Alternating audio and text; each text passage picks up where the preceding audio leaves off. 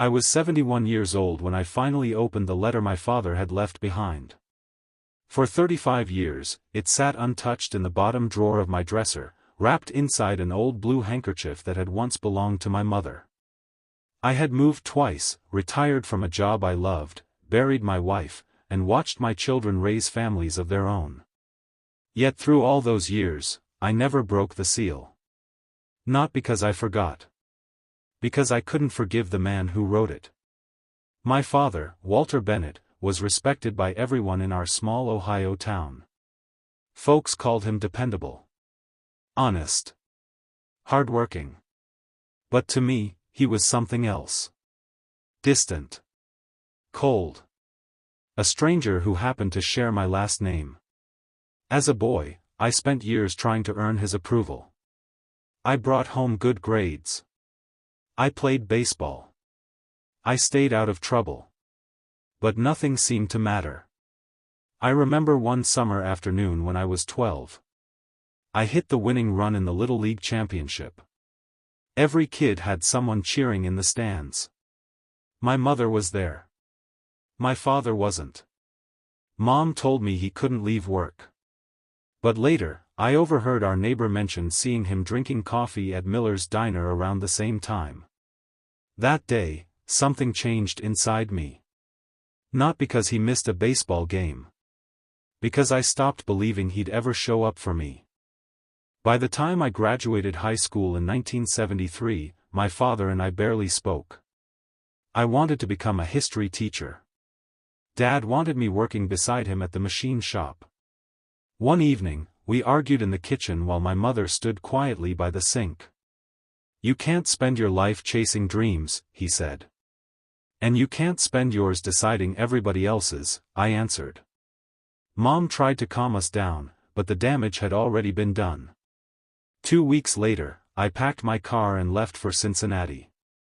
For years, our conversations were few and awkward. Then, in 1984, cancer took my mother. She was only 60. After the funeral, Dad and I stood beside her grave in silence. The wind was cold, and the leaves had already begun to fall. For several minutes, neither of us spoke. Then, without looking at me, he said softly, "She was the best thing that ever happened to me." It was the most honest sentence I'd ever heard him say. I wanted to tell him I missed her too. I wanted to ask why we'd spent so many years angry. But pride is a stubborn thing. So I simply nodded, got in my car, and drove away. 3 months later, my phone rang at 2 in the morning. My father had suffered a heart attack. He was gone before the ambulance arrived. And just like that, there would be no second chance. I remember standing in my kitchen with the phone still in my hand, waiting for the sadness to come. But it didn't. Not right away. What I felt was emptiness. A strange kind of silence. At the funeral, neighbors spoke about my father as if he'd been a saint. He'd give you the shirt off his back. Hardest worker I ever knew. Your father was a good man, Daniel. I smiled politely and thanked them. But inside, I wondered if they had known a different man than I had. After the service, my father's attorney, Mr. Harrison, asked me to stay behind. There wasn't much to settle. Dad had lived simply and left very little behind. Before I left, Mr. Harrison reached into his briefcase and handed me a small envelope. "Your father was very specific about this," he said. "He wanted you to receive it personally." The moment I saw the handwriting, my stomach tightened. It was his. Across the front, in neat blue ink, were 7 words. For Daniel. Open when you're ready. Not, open immediately. Not, read this today. Just. When you're ready. I stared at the envelope for a long time. Then I slipped it into my coat pocket. I almost threw it away before I even reached my car. But something stopped me. Maybe curiosity. Maybe guilt. Or maybe because, deep down, I still wanted answers he had never given me. Instead of throwing it away, I brought the envelope home and placed it inside the bottom drawer of my dresser. I told myself I'd open it someday. But someday turned into months. Months became years. Then decades. Life moved on. I married Margaret, the girl who'd stood beside me through every hard season. Together we raised 2 children, Emily and Michael. There were birthday parties, graduations, vacations, and quiet Sunday dinners. Eventually, retirement came. Then grandchildren. And just when I thought life would slow down, cancer took Margaret. 46 years together, and suddenly the house felt too big. Too quiet.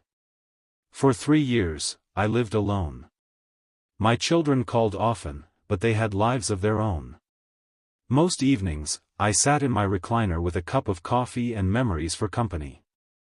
I rarely thought about the envelope anymore. Until one rainy Thursday morning in October. I was looking for a tie to wear to my grandson Ethan's wedding. As I pulled open the dresser drawer, it jammed halfway. I tugged harder. Something wrapped in faded blue cloth slid onto the floor. My mother's handkerchief. And inside it, the envelope. Yellow with age. Edges worn. Still sealed. 35 years had passed. I sat on the edge of the bed, staring at my father's handwriting. Outside, rain tapped softly against the windows. For Daniel. Open when you're ready. And for the first time in 35 years. I realized I finally was.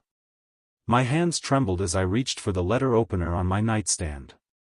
For a moment, I just sat there. 71 years old, and somehow I felt like that angry young man again. Part of me wondered if opening the envelope would change anything. My father was gone. My mother was gone. Nothing written on those pages could bring either of them back. Still, I carefully slid the blade beneath the seal. The paper had become brittle with age. As I opened the envelope, something slipped out and landed in my lap. It wasn't the letter. It was a photograph. I frowned and picked it up. The picture had faded, but I recognized the faces immediately. My mother. My father. And a little boy, no older than 5. Me. But that wasn't what caught my attention. In the picture, my father wasn't standing stiffly with his hands in his pockets like he usually did. He was kneeling beside me. Smiling. Actually smiling. And I was sitting on his shoulders, laughing. I couldn't remember that day. Not even a little. I turned the photograph over. Written in my mother's handwriting were the words. Lake Harmony, summer of 1960. Your favorite day with Dad. Favorite day? I stared at those words in disbelief. Because as far as I could remember, I had never had a favorite day with my father. Then I noticed something else. Folded behind the photograph was a second piece of paper. And unlike the envelope, it wasn't written by my father. It was written by my mother. My heart skipped a beat. Mom had been gone for more than 40 years. Slowly, I unfolded the paper. Her handwriting was as familiar as her voice had once been. Daniel, if you're reading this, then your father has finally found the courage to tell you what he never could. But before you read his words, there is something you deserve to know. I stopped and wiped my eyes. For a moment, I could almost hear her speaking. Your father loved you from the day you were born. More than he ever knew how to say. He wasn't raised with kindness, Daniel. He was raised with silence. His own father believed love made boys weak. Walter carried those scars into adulthood, and though he tried, he never learned how to express what was in his heart. My chest tightened. Mom continued. That doesn't excuse the times he hurt you. And he knows that. But there are things your father has hidden, not because he was ashamed of you, but because he was afraid you'd hate him for what happened. I read that sentence twice. Afraid I'd hate him? What could he possibly have done? At the bottom of the page, Mom had written one final line. Please read his letter with mercy, son. Some burdens become too heavy for one man to carry alone. Beneath her signature sat my father's letter. Still folded. Still waiting. And suddenly, after 35 years, I wasn't sure I wanted to know what was inside. I sat there for a long time, holding the letter in my hands. Outside, the rain had stopped. The room was quiet except for the ticking of the old clock Margaret had bought me on our 25th anniversary. Finally, I unfolded the pages. The first line stopped me cold. Son, if you're reading this, then I've been gone a long time. And if I've guessed right, you've probably spent most of those years wondering why I never seemed proud of you. My throat tightened. He continued. The truth is, I was proud of you every day of your life. I just didn't know how to say it. My own father never told me he loved me. Not once. I spent my whole life thinking men were supposed to carry their feelings in silence. I paused. Those words didn't erase the pain. But they sounded nothing like the cold man I remembered. Then I read the next paragraph. There's something else I've hidden from you all these years. Something your mother begged me to tell you, but I couldn't. I was afraid you'd never forgive me. My heart began to race. The truth is, son, I wasn't at work the day of your Little League championship. I froze. That memory had followed me for nearly 60 years. I kept reading. And I wasn't drinking coffee at Miller's diner either. I stared at the words. If he wasn't at work. And he wasn't at the diner. Then where had he been? And why had he lied about it for all those years? My hands tightened around the pages. For nearly 60 years, I'd believed my father simply didn't care enough to come. That memory had shaped everything between us. And now, with one sentence, he had turned it upside down. I continued reading. Son, I wanted to be at that game more than anything. I had promised you I would. I even left work early. But before I could make it to the field, I got a phone call that changed our lives. I felt my breath catch. Your mother had collapsed at the grocery store. The doctors later discovered a problem with her heart. It wasn't life-threatening at the time, but she was frightened, and I stayed with her at the hospital all afternoon. I blinked hard. Mom had never told me that. Neither had he. The letter continued. She asked me not to ruin your big day. She said you deserved one happy memory. So we agreed not to tell you. When Mr. Thompson saw me at Miller's diner, it was after I'd left the hospital. I sat there alone, ashamed and disappointed, trying to gather myself before coming home. I stared at the words. All those years. All those years I'd carried anger over something I never truly understood. But then I reached the next sentence. And suddenly, the Little League game no longer seemed important. Because my father had written. That wasn't the only secret I kept from you, Daniel. And this next one is the reason I spent my life believing I didn't deserve your love. I swallowed hard and kept reading. The handwriting seemed shakier now, as though each word had cost my father something. Before you were born, your mother and I were told we could never have children. We had almost given up hope. Then one winter evening, your mother came home with tears in her eyes and told me about a baby boy who needed a family. I stopped breathing for a second. No. That couldn't be right. My eyes rushed back to the page. Son, I may not have given you my blood, but from the first moment I held you in my arms, you became my world. There was never a day when I thought of you as anything other than my son. The room felt smaller. I stared out the window, unable to move.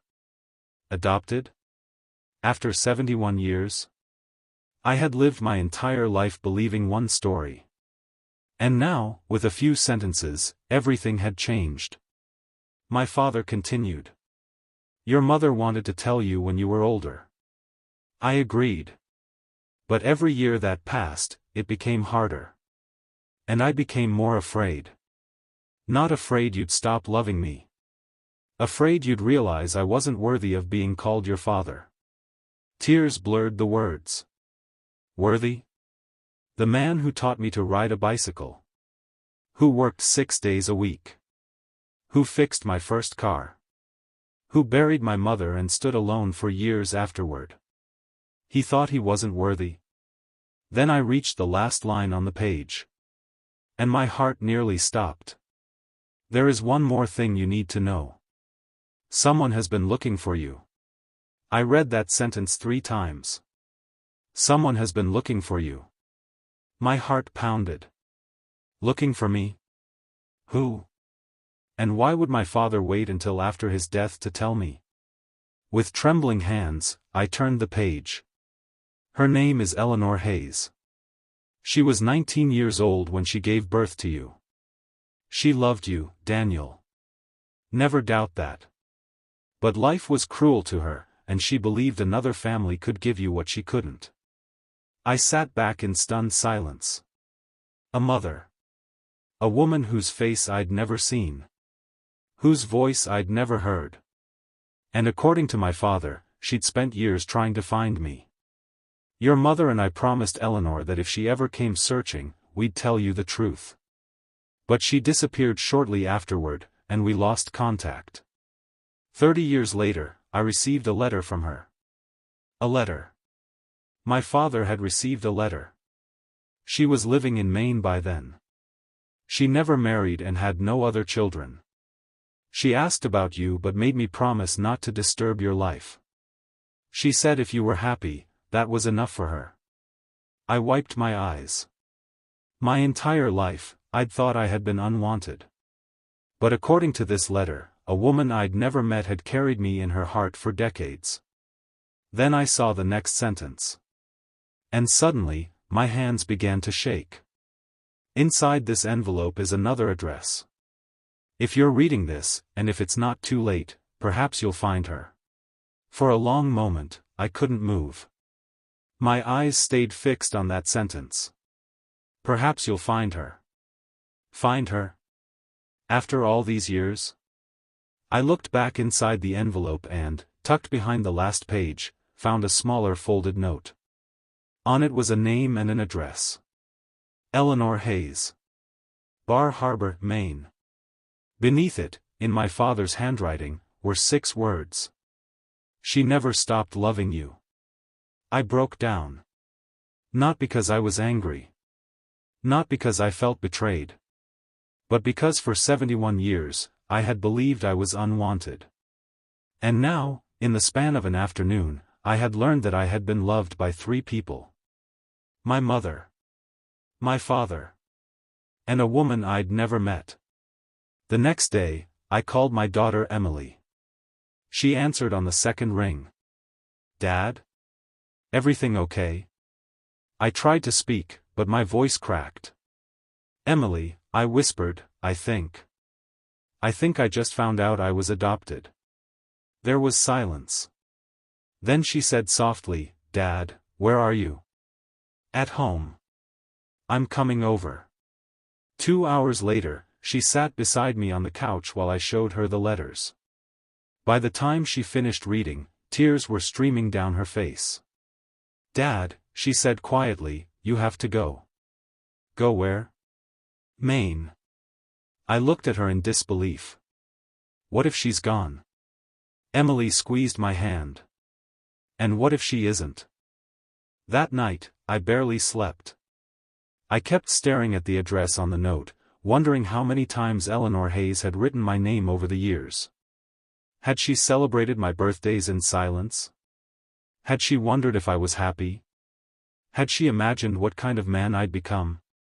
By morning, my daughter had already made up her mind. We're going, Emily said. We? She smiled. You're not making a trip like this alone. 3 days later, we were driving north along the coast of Maine.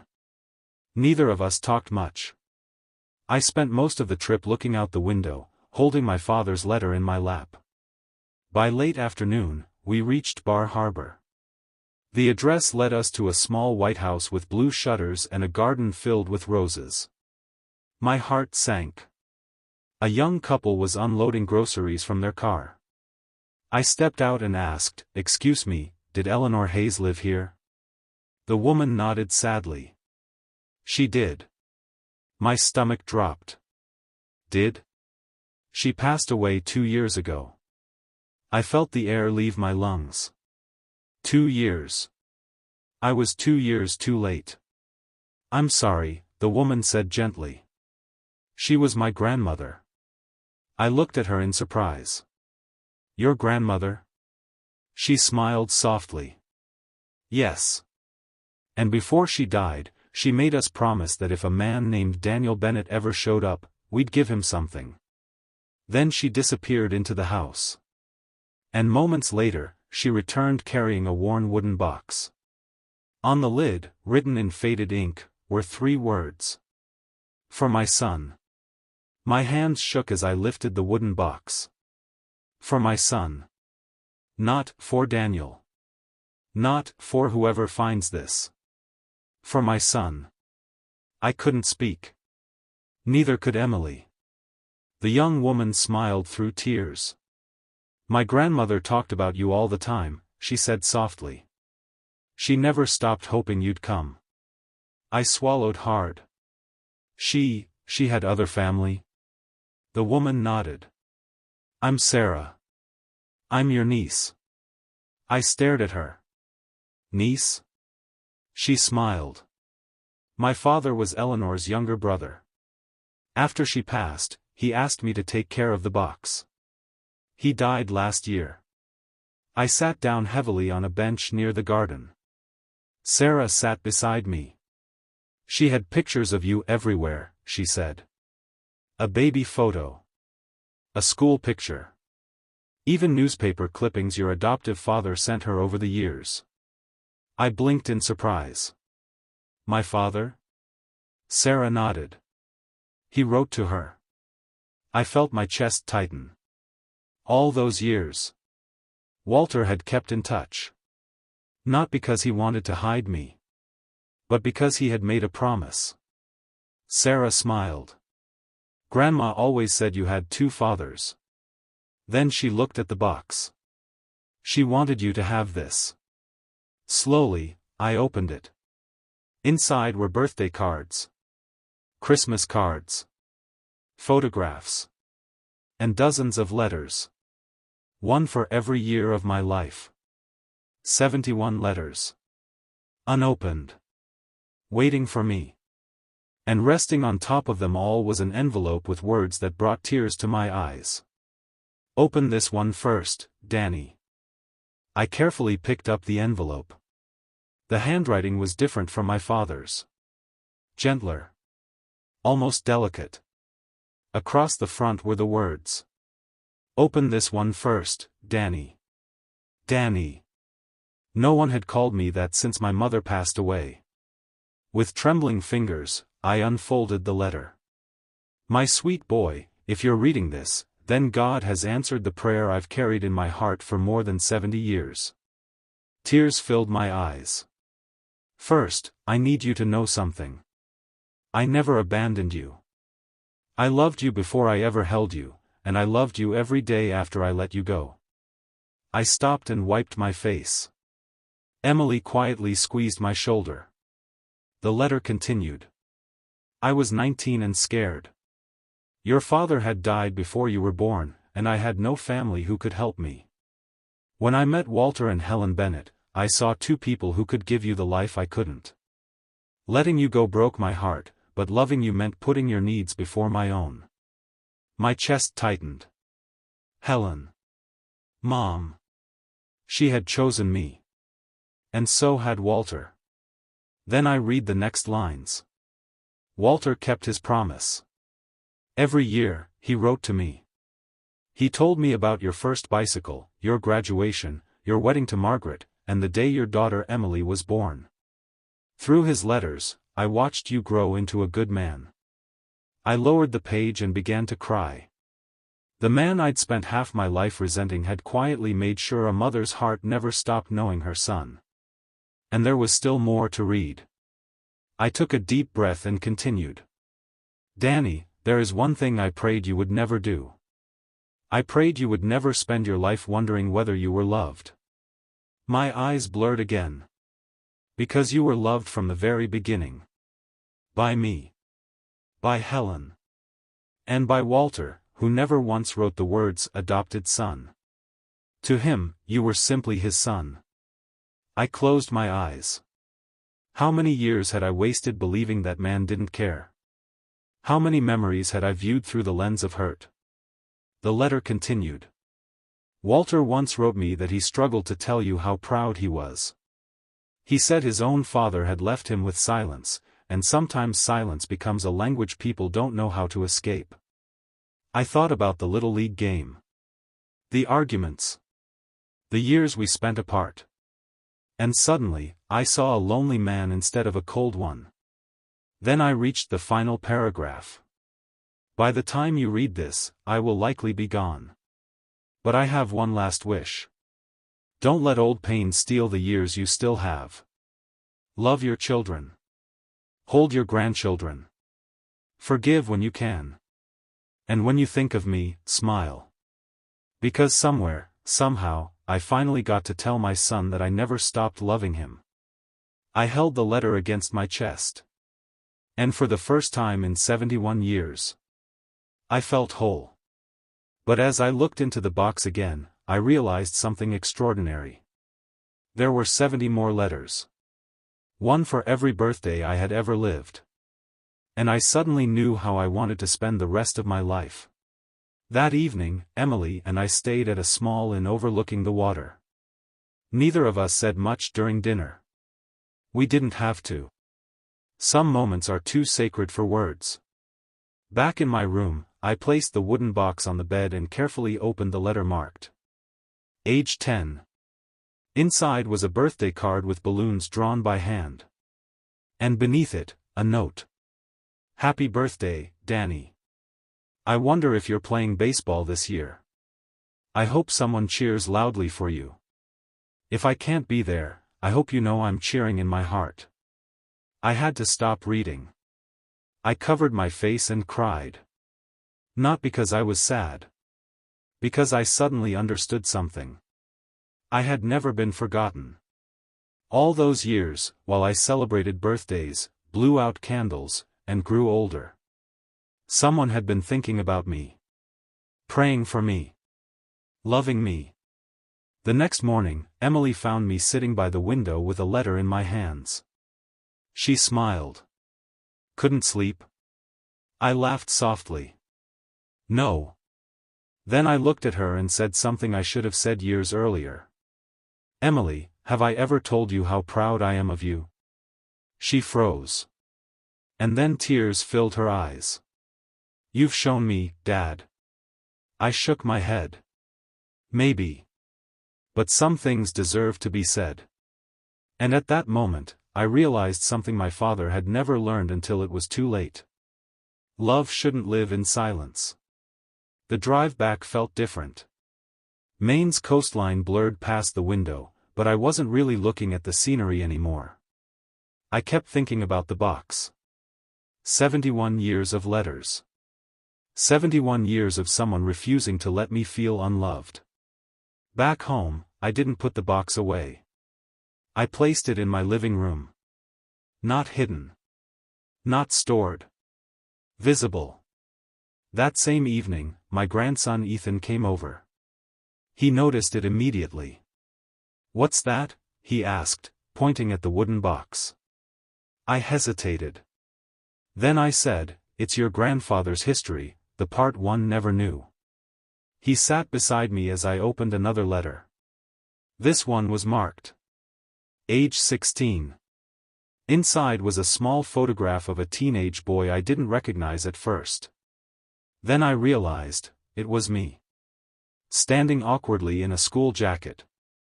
Behind it, a note. Danny, I heard you're thinking about becoming a teacher. I think you'd be wonderful at it. You have a way of listening that people don't forget. I stared at it. How did she know? Ethan asked. I smiled faintly. Because someone was always watching over me, even when I didn't know it. That night, after Ethan left, I stayed in my chair long after the house went quiet. And for the first time, I didn't feel like I was remembering a painful past. I felt like I was finally understanding a hidden one. A week later, I started doing something I never expected. I began writing back. Not to send anywhere. But for myself. I took each letter from the box and placed it beside a blank page, writing what I wished I had said at that age, at that moment in my life. At 10, I wrote about fear and baseball games. At 16, I wrote about dreams I never told anyone. At 22, I wrote about leaving home and the pride I pretended not to feel when I finally became a teacher. Emily noticed the change in me. "You're different lately," she said one afternoon. "Different how?" She smiled softly. "Lighter." I didn't answer right away. Because I wasn't sure how to explain it. How do you tell someone that after a lifetime of thinking part of you was unwanted, you discovered you had been remembered in every detail? One evening, I opened the last letter in the box. It was marked simply. Age 71. My hands trembled before I even read it. Inside, there was no photograph this time. Only a single page. "Danny, if you've reached this letter, then I hope you found peace. I hope you've learned that your story was never broken, only misunderstood." I stopped. I wish I could sit beside you now and tell you everything I never had the courage to say in person. But if you're reading this, then maybe I already have, in every letter before this one. I closed my eyes. And for the first time, I imagined her voice. Not as a stranger. But as someone who had never stopped being with me. A few days later, I returned to Millfield. The town hadn't changed much. Same quiet streets. Same slow-moving afternoons. But I had changed, and everything felt slightly different because of it. I visited my father's grave first. Standing there, I didn't feel anger anymore. That surprised me. I placed my hand on the stone. "Hi, Dad," I said quietly. It was the first time I had called him that in years without bitterness behind it. "I read everything." A pause. "I think I finally understand you, maybe more than I ever did when you were alive." The wind moved gently through the trees. And for the first time, I didn't feel like I was talking to a wall of regret. I felt like I was closing a conversation that had been left open too long. Later, I sat in my old car outside the school where I once taught history. I thought about all the years I had spent teaching students about wars, presidents, and turning points in history, while never fully understanding my own. Not until now. Not until a wooden box, a stack of letters, and a truth I was never ready for arrived too late, but not too late to change how I carried it. That evening, I called Emily. "I'm keeping the letters," I said. "Good," she replied. Then I added something I hadn't said in a long time. "Not just for me. For you.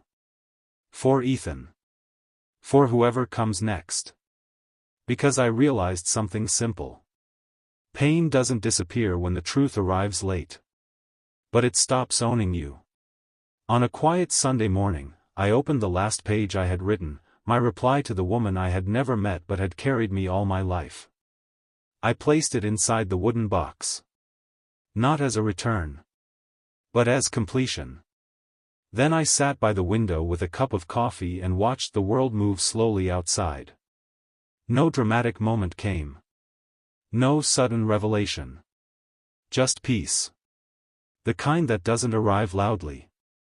It settles. Like dust after a long storm. For 71 years, I thought my story was about being abandoned. But it wasn't. It was about being held, silently, carefully, by people who didn't know how to say love out loud, but still made sure I never lived without it. My father's silence wasn't absence. It was fear. My mother's choice wasn't rejection. It was sacrifice. And the woman I never met. She was the beginning of everything I had become. I closed my eyes. And for the first time in my life, I didn't wish for a different past. I simply understood the one I had. And that was enough. The letter was never just about where I came from. It was about learning I was never lost at all.